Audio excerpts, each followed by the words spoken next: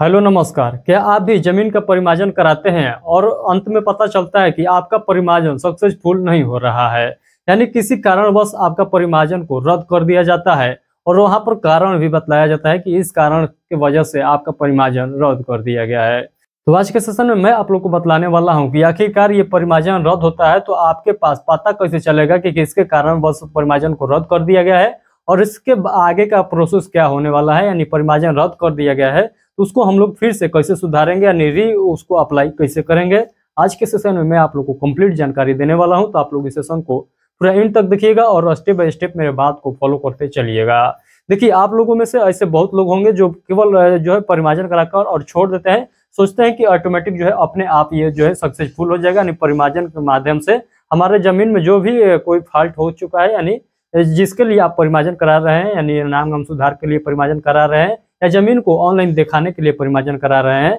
उसके संबंध में परिमार्जन करा रहे हैं और आप लोग सोच रहे हैं कि अब कोई दिक्कत नहीं है, हम परिमार्जन करा दिए हैं, ऑटोमेटिक ये सक्सेसफुल हो जाएगा। तो आप लोग को चेक भी करना होता है कि क्या हमारा जो है परिमार्जन के लिए जो आवेदन किए हैं वो सक्सेसफुल हुआ है कि नहीं हुआ है। वही पॉइंट मैं आप लोग को आज विस्तार से बतलाने वाला हूँ। और यहाँ पर आप लोग देख सकते हैं, ये जो है बिहार भूमि के ऑफिशियल वेबसाइट से भी ये बात को रिलीज किया गया है कि आप लोग ये गलती करते हैं जिसके कारण आप लोग का परिमार्जन को सक्सेसफुल नहीं हो पाता है और बहुत दिनों तक ये लंबित रह जाता है, और जो है यही आप लोग का कारण बतलाया गया है। तो चलिए हम लोग पूरा इसको बेहतरीन तरीके से समझते हैं, एक एक स्टेप आप लोग समझिएगा क्या इसका मेन कारण होता है रिजेक्ट करने का। यहाँ पर देखिएगा, राजस्व एवं भूमि सुधार विभाग के द्वारा से इस पेज को रिलीज किया गया है, यानी यहाँ पर पूरा पॉइंट आप लोग को बताया गया है परिमार्जन प्लस फॉर्म रिजेक्ट होने के संबंध में। यहाँ पर लिखा गया है परिमार्जन प्लस आवश्यक सूचना। यहाँ पर देखिएगा लिखा गया है परिमार्जन प्लस आवेदक के निष्पादन के क्रम में अगर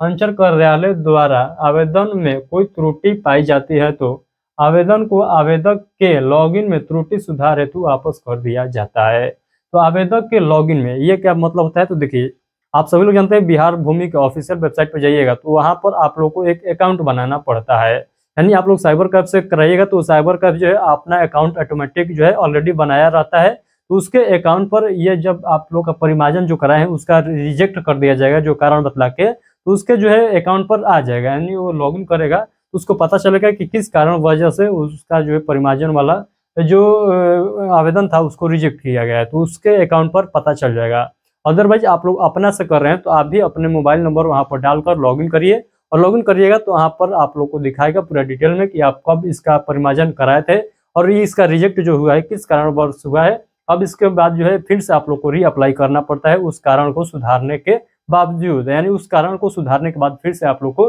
रीअप्लाई करना पड़ता है। ये कहाँ आप लोग को पता चलेगा, तो आप लोग लॉगिन करिएगा उसके ऑफिशियल वेबसाइट पर जाकर, तब जिस जिस अकाउंट से आप लोग वहां पर फॉर्म भरे थे परिमार्जन वाला उसी अकाउंट को आप लोग को लॉगिन करना पड़ेगा तभी पता चलेगा। उसके बाद यहाँ पर देखिएगा लिखा गया है प्रायः यह देखा जा रहा है कि त्रुटि सुधार हेतु जो आवेदन लौटाए जाते हैं आवेदक द्वारा उन्हें सुधार कर वापस नहीं किया जा रहा है। ऐसे ऐसे आवेदन लंबे समय तक आवेदक के लॉगिन में ही लंबित रहते हैं। तो आप लोग चाहते हैं कि बिहार भूमि से संबंधित जब भी आप लोग परिमार्जन कराते हैं और वो परिमार्जन समय से आपका जो सक्सेसफुल हो जाए तो आप लोग एक बार अपना वेबसाइट जो चेक करते रहिएगा। जब परिमार्जन के लिए आवेदन किए हैं उसके जो है 10 दिन 15 दिन 20 दिन के बाद आप लोग चेक जरूर करिएगा जब तक वो फाइनल सबमिट नहीं हो जाता है, यानी कहने का मतलब जो जिसके लिए आप लोग परिमार्जन करा रहे थे वो कंप्लीट नहीं होता है तब तक आप लोग को चेक करते रहना है ताकि पता चले कि क्या इसका जो है आगे के प्रोसेस चल रहा है। इस पर आप लोग वहां से ट्रैक भी कर सकते हैं कि इसका प्रोसेस जो है कहाँ तक पहुंचा है, ट्रैक करने का भी ऑप्शन देता है जब लॉगिन करिएगा तब। ये बताया जा रहा है कि जो है लंबे समय तक जो है उनके लॉगिन में ही पड़ा रहता है और देख नहीं पाते हैं जिसके कारण वजह से ये जो है बहुत दिनों तक उसी प्रकार से रह जाता है। यहाँ पर बताया गया अतः यह निर्णय लिया जाता है कि आवेदन को आवेदक द्वारा त्रुटि सुधार कर अगर 30 दिनों के अंदर अंचल कार्यालय